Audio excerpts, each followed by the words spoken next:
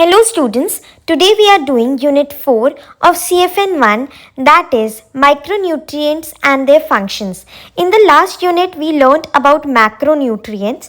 हमने इससे पहले वाली यूनिट 3 में मैक्रोन्यूट्रिएंट्स को समझा था, कार्बोहाइड्रेट, फैट्स, प्रोटीन्स, वाटर. इस यूनिट में हम माइक्रोन्यूट्रिएंट्स में फोकस करेंगे. मैक्रोन्यूट्रिएंट्स जो होते थे वो हमारी बॉडी को ज़्यादा चाहिए होते थे, वो मेनली बल्क था हमारे ये सारे मील्स का, डाइट का. अगर हम माइक्रोन्यूट्रिएंट्स की बात करें तो इसके अंदर हम लेते हैं विटामिन्स और मिनरल्स. दो न्यूट्रिएंट्स आ जाते हैं इसमें, विटामिन्स एंड मिनरल्स. अब मैंने बोला मैक्रोन्यूट्रिएंट्स बहुत ज़रूरी होते हैं, ज़्यादा चाहिए होते हैं. इसका मतलब ये नहीं है कि माइक्रोन्यूट्रिएंट्स ज़रूरी नहीं होते. माइक्रोन्यूट्रिएंट्स बहुत ज़्यादा ज़रूरी होते हैं हमारी बॉडी के अलग अलग प्रोसेसेस के लिए और हमारी बॉडी को प्रोटेक्ट करने के लिए फ्रॉम डिजीजेस. लेकिन हमारी जो बॉडी की रिक्वायरमेंट होती है माइक्रोन्यूट्रिएंट्स की वो बहुत कम होती है. They are needed in very small amounts. So micronutrients बहुत ज़रूरी होते हैं. They are very essential for regulating body processes and protection against diseases. अब मैंने बोला विटामिन्स एंड मिनरल्स. विटामिन्स की पहले बात कर लेते हैं.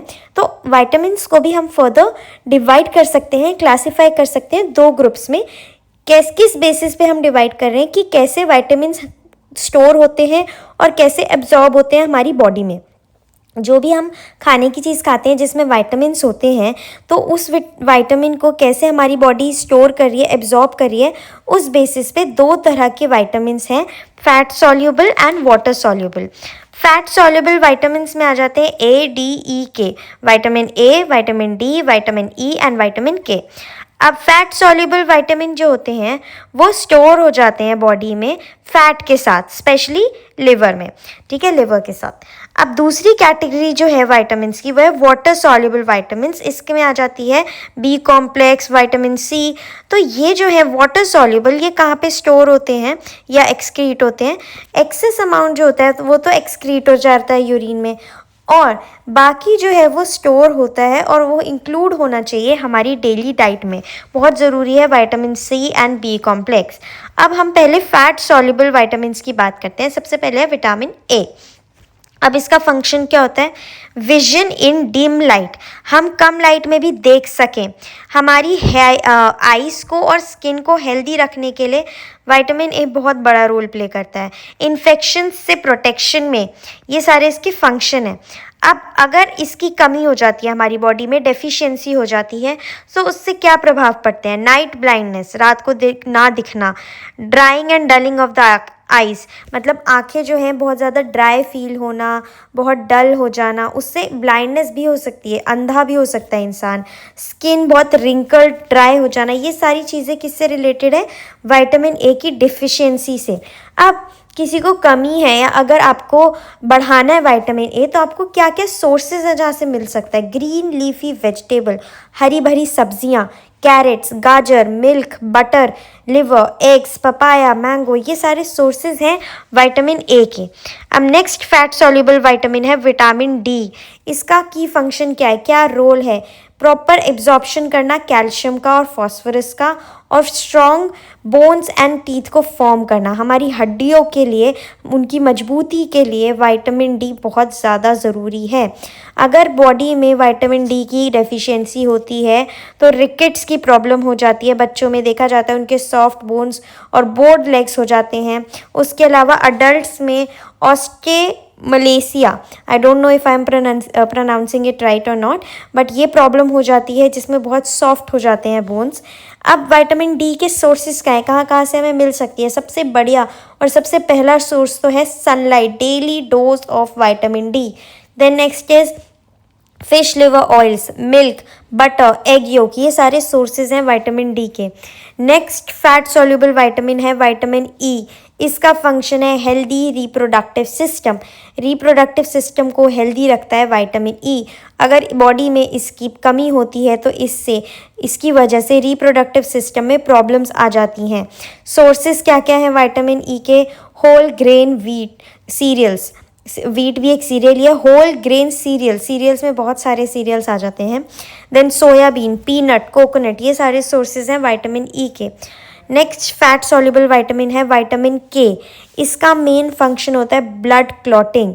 कि आपका जो एक्सेसिव ब्लीडिंग है, सपोज करो कोई भी आपके साथ एक्सीडेंट होता है, कोई भी इंजरी होती है, कट्स होते हैं, तो एक्सेसिव ब्लीडिंग ना हो। ब्लड क्लॉटिंग में हेल्प करता है विटामिन के, एक्सेसिव ब्लीडिंग ना हो।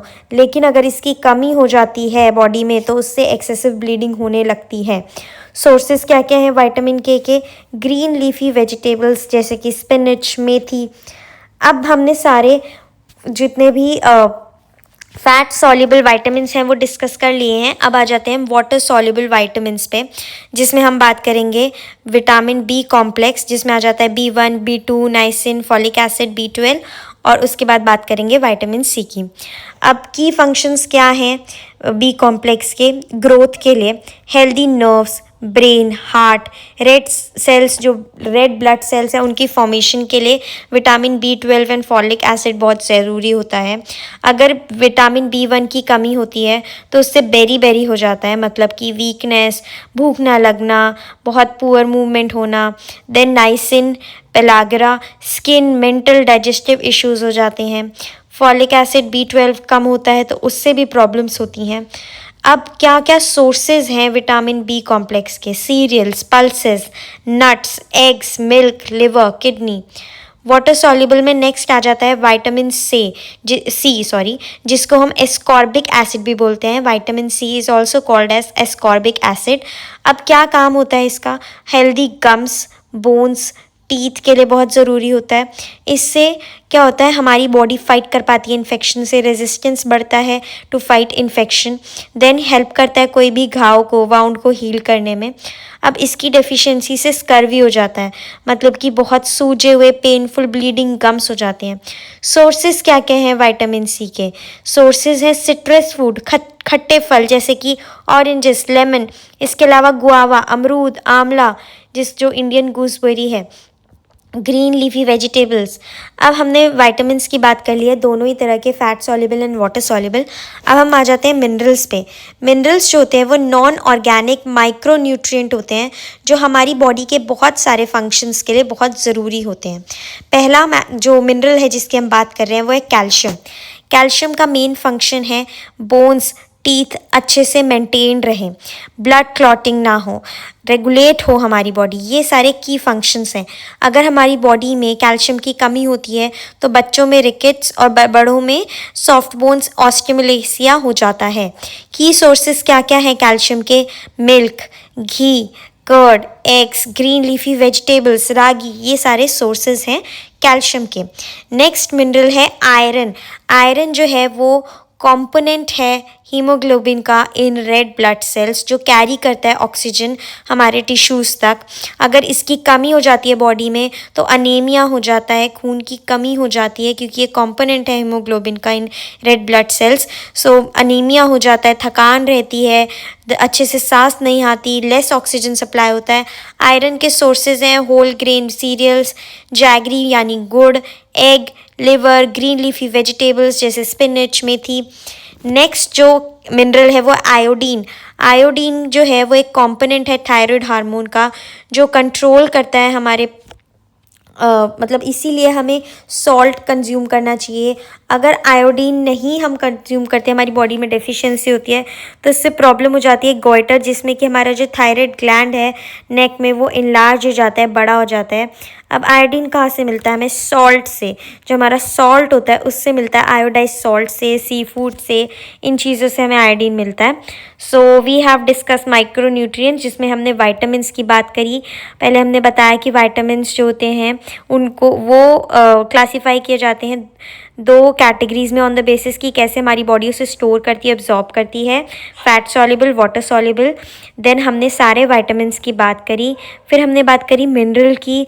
मिनरल में हमने बात करी कैल्शियम, आयरन, आयोडीन।